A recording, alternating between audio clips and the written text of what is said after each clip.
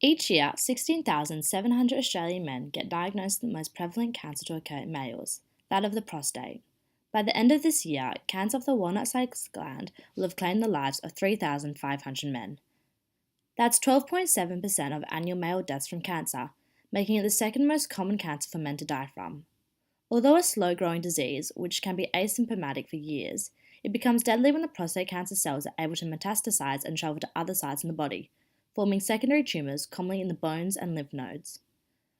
Once the cancer reaches this stage, the chance of survival will become very slim. By targeting the cancer hallmarks of metastasis and invasion, we can prevent the spread of the cancers to surrounding tissues, improving the prognosis of the disease and the chance that it could be eradicated while still in the prostate.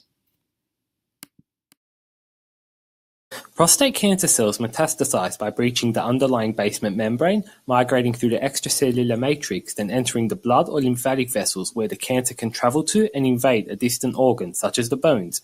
Invatopodia are actin-rich protrusions of the cancer cell membrane, which help facilitate prostate cancer dissemination through the expression of membrane type 1 matrix metalloproteinase, or MT1-MMP, on the extracellular surface. MT1-MMP is a zinc-dependent proteolytic enzyme tethered to the cancer cell plasma membrane, which degrades the extracellular matrix or ECM proteins collagen, fibronectin, and laminin. MT1-MMP also initiates intravasation by activating the protease-activated receptor 1, or PAR1, which regulates the permeability of the vascular endothelial barrier and makes it more penetrable for migrating tumor cells, allowing subsequent prostate cancer spread.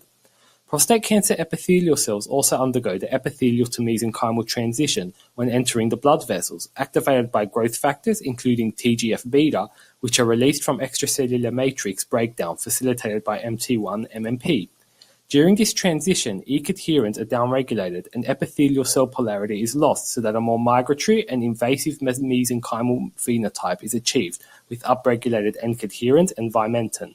The trafficking of MT1-MMP to invatopodia is regulated by snare proteins, which are either located within the vesicle membrane, including VAMP7, or intracellular surface of the cancer cell plasma membrane, including Syntaxin 4 and SNAP23.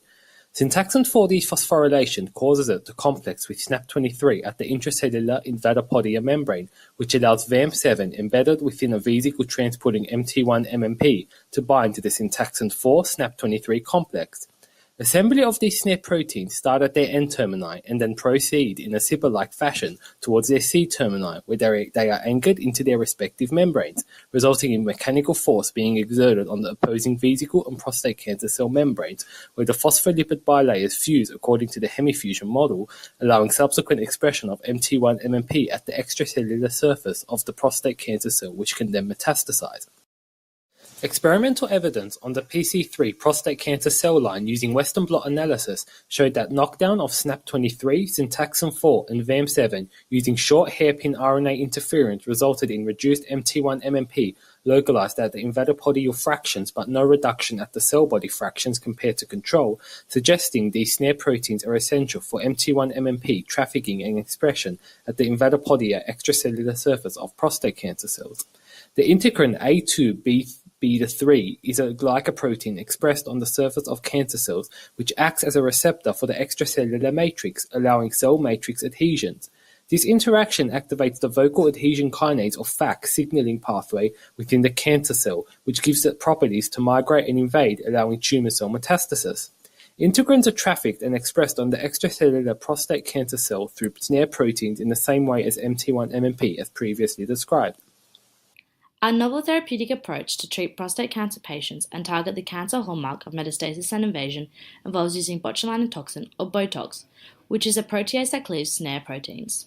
Botox can be engineered to target the specific snare proteins used to traffic MT1, MMP, and alpha-2b beta-3 integrin to the prostate cancer cell membrane, including VAMP7, Syntaxin 4, and SNAP23, resulting in reduced cancer progression and metastasis, normally mediated by the MT1, MMP, and integrins. Nanoparticles of this modified botulinum toxin and prostate-specific membrane antigen, or PSMA antibodies attached, can be injected intravenously and targeted specifically to the prostate from the PSMA, which is essential since snare proteins are normally used to allow neurotransmitter release throughout the body. Endocytosis can then occur, releasing the Botox into the prostate cancer cells to degrade the snare proteins, resulting in reduced expression of MT1, MMP, and integrins.